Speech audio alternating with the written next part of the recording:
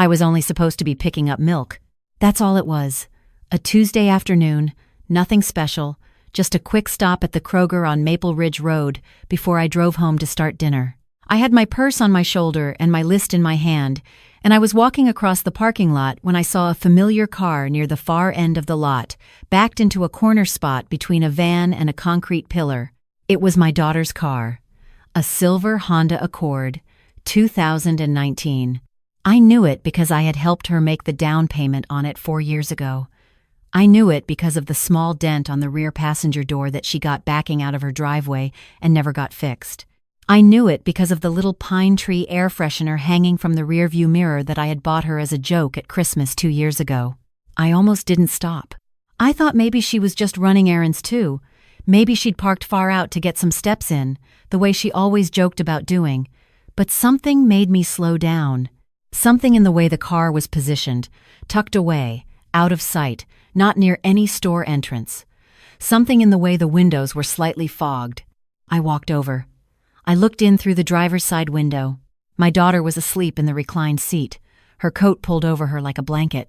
In the back seat, I could see a duffel bag, a laundry basket half full of clothes, a box of granola bars, and a case of water bottles. On the floor behind the passenger seat was her son's backpack.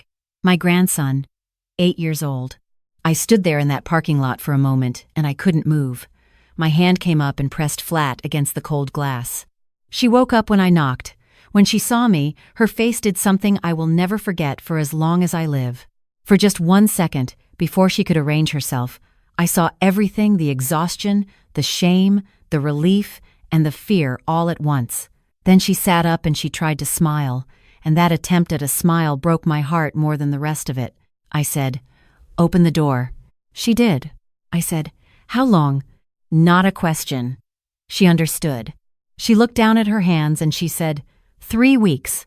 I want you to understand who my daughter is before I go any further, because I have seen some of the comments people leave on stories like this, and the first thing people want to do is ask why. Why didn't she just leave? Why didn't she call someone? Why didn't she do something sooner? And I understand the impulse. I used to think the same way before I lived through this with her. So let me tell you who she is. My daughter's name is my business, but I'll call her what she is. She is the most capable, careful, organized woman I have ever known. She became a dental hygienist at 24. She bought her first house at 27 with no help from anyone. She is the kind of person who color codes her calendar and keeps a 6-month emergency fund and reads every document before she signs it. Or at least, she used to be. She met her husband, I will call him Marcus, at a work conference 8 years ago. He was charming in the specific way that certain dangerous people are charming. He listened well. He remembered details. He made her feel like the most important person in the room. They dated for 2 years and then they got married, and I walked her down the aisle myself because her father passed when she was 19, and I thought on that day that I had never seen her so happy. I should have looked more carefully at Marcus on that day. I should have paid attention to the way he held her arm just a little too tightly when she tried to go talk to her old college friends. I should have noticed how he answered questions that people had directed at her. I should have noticed how, over the years that followed, my daughter stopped calling me as often, stopped coming to Sunday dinners, stopped mentioning friends I used to hear about. But I told myself it was just marriage. People get busy. People build their own lives. I didn't want to be the kind of mother who couldn't let go. I wish I had let myself be that kind of mother. She started telling me things there in the parking lot, and then we drove to a diner 2 miles away because she didn't want to sit in a parking lot anymore, and she talked for almost 3 hours. My grandson was at school. She had been driving him to school every morning and picking him up every afternoon, maintaining that routine no matter what, because she said that was the one thing she could control. She made sure he thought they were between houses. She told him it was an adventure. She bought him a book about camping and told him this was just like that. He was 8 years old. He believed her because she is his mother and he trusts her completely. That detail nearly undid me entirely. Here is what happened, as close as I can piece it together from what she told me that day and what came out later. Marcus had been methodical. I don't think he improvised any of this. I think he came into that marriage with a plan, or something close enough to a plan that the result was the same. In the first year, it was small things. He handled the finances because, he said, he was better at it. He had an MBA. He had worked in banking. It made sense for him to manage the accounts. My daughter was busy with work, busy with building their life together. She trusted him. Why wouldn't she? He was her husband. He moved her paycheck into a joint account he controlled. He gave her a debit card with a monthly allowance. He called it a budget, not an allowance, but the function was the same. When she spent more than he thought she should have, he didn't yell. He was never a yeller. He would just sit across from her at the kitchen table and go through the transactions one by one in a quiet, patient voice, asking her to explain each one. She said it felt less like a conversation and more like a deposition. Then the explanations started not adding up. She would see a charge on a statement for something she didn't buy. She would ask him about it and he would tell her, calmly, that she had bought it. She would say she didn't remember buying it. He would say, "Honey, you've been so stressed lately. Maybe you're just forgetting." He said it with such genuine-sounding concern. He mentioned once, gently, that her mother, that's me, had struggled with memory issues at her age, that maybe it ran in families. There is nothing wrong with my memory. There never has been. But she didn't know he was saying it to plant doubt. Within 2 years, she had stopped trusting her own recall entirely. She had a notebook where she tried to write down every purchase she made, but she still couldn't reconcile the statements because he was the one controlling the statements.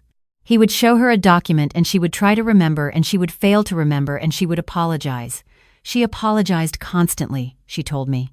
She apologized for things she didn't do as if she had done them, because it was easier than the alternative, which was accusing her husband of lying and having no proof. Meanwhile, he was taking money. Not in obvious ways. Not in ways that would have been easy to catch without the right tools.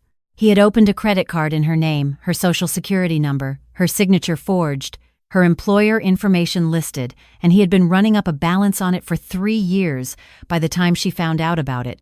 He had done the same with a second card. Together, the debt was over $40,000. He had also been making changes to her dental hygienist license renewal paperwork. She had been practicing under the assumption that her license was current. It was not.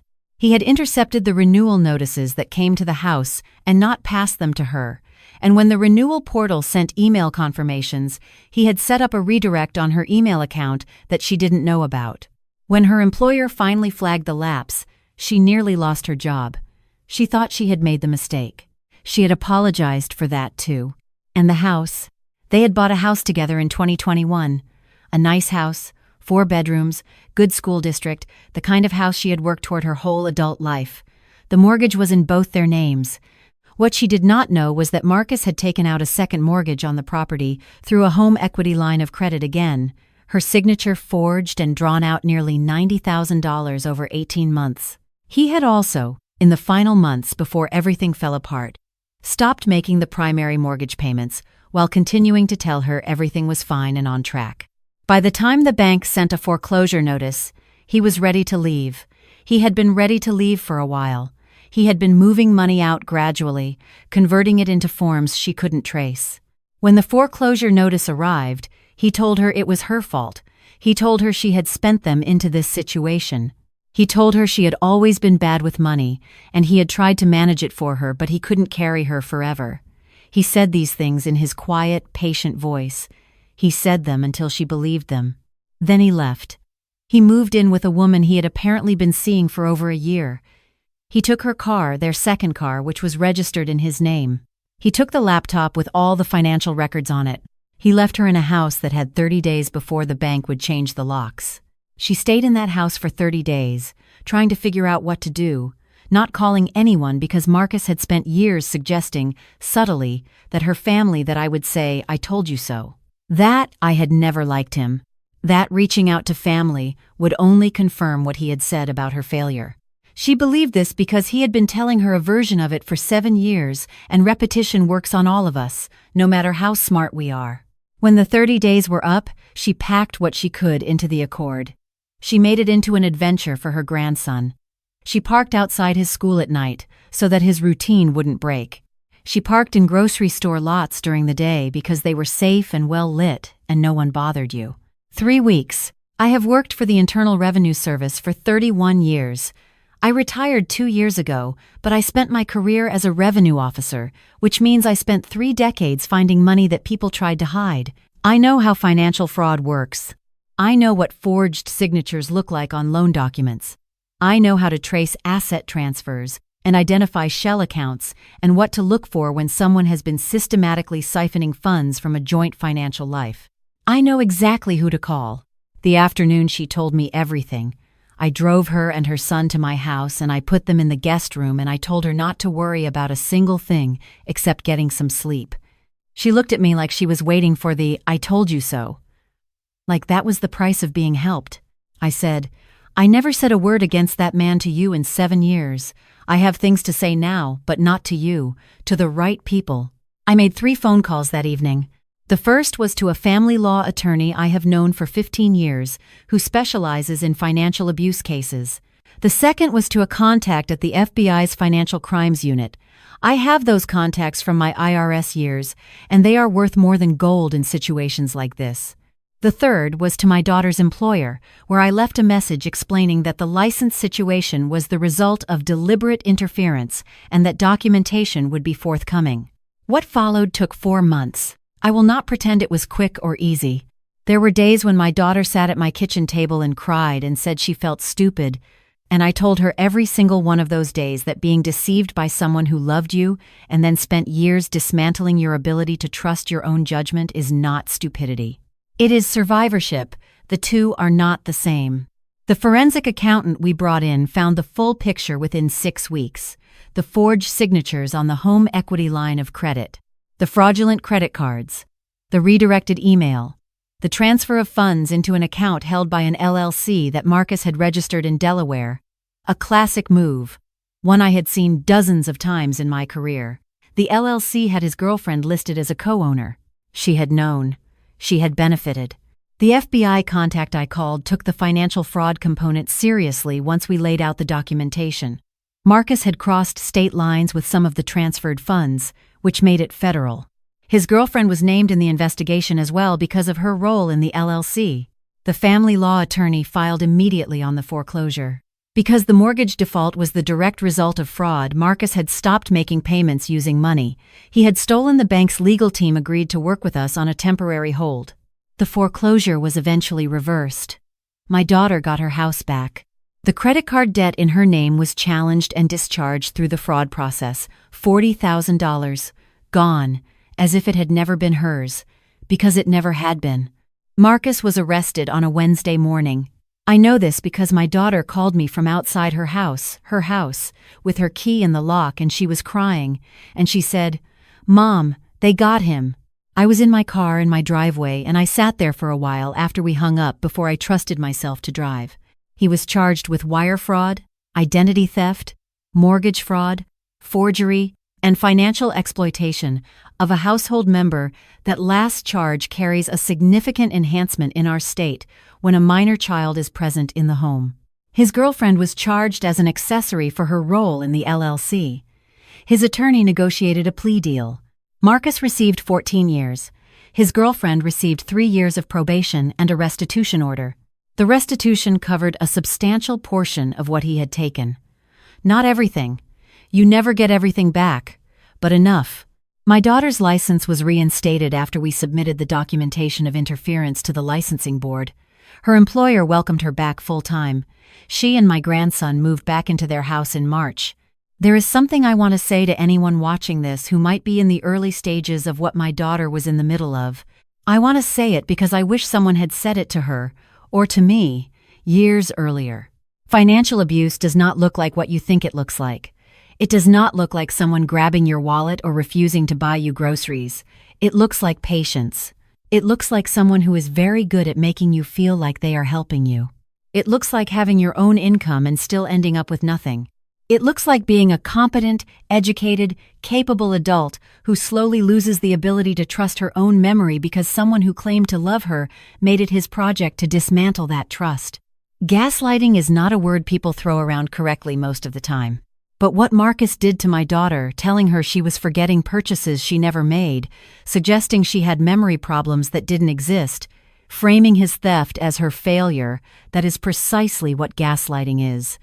It is the systematic replacement of someone's reality with a manufactured one. It works because the people it's done to are not stupid. It works because they are trusting.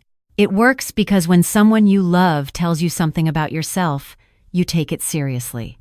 She took it seriously. That is not a flaw. That is what loving someone looks like. My daughter is doing well now.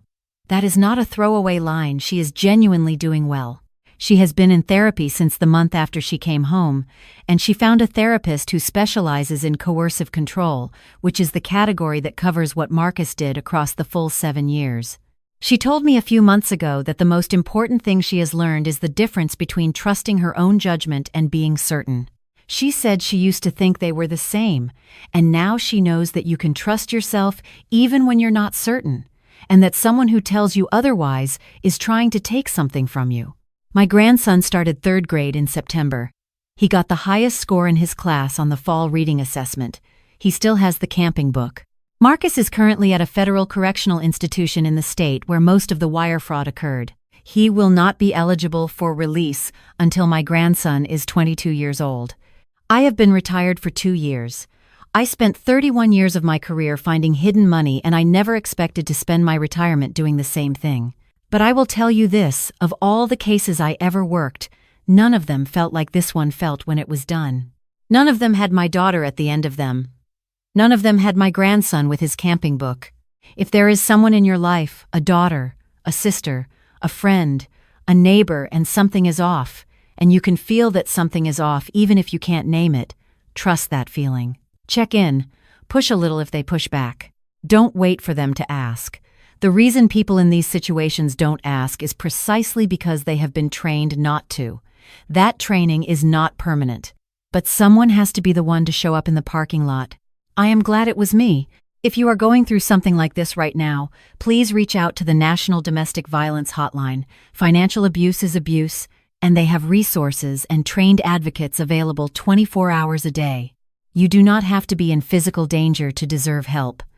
You do not have to have all the proof lined up before you make a call. You just have to make the call. And if you are an adult child, or a sibling, or a parent watching this, keep the door open. Keep it open even when they stop coming through it. Keep it open especially then. My daughter knew, somewhere under all of it, that I would help her if she came to me. She knew it because I had never closed the door. That knowing was still there, 3 weeks into living in a parking lot, when she finally let herself be found. Be the person who keeps the door open. Be the person in the parking lot. That is all I have to say.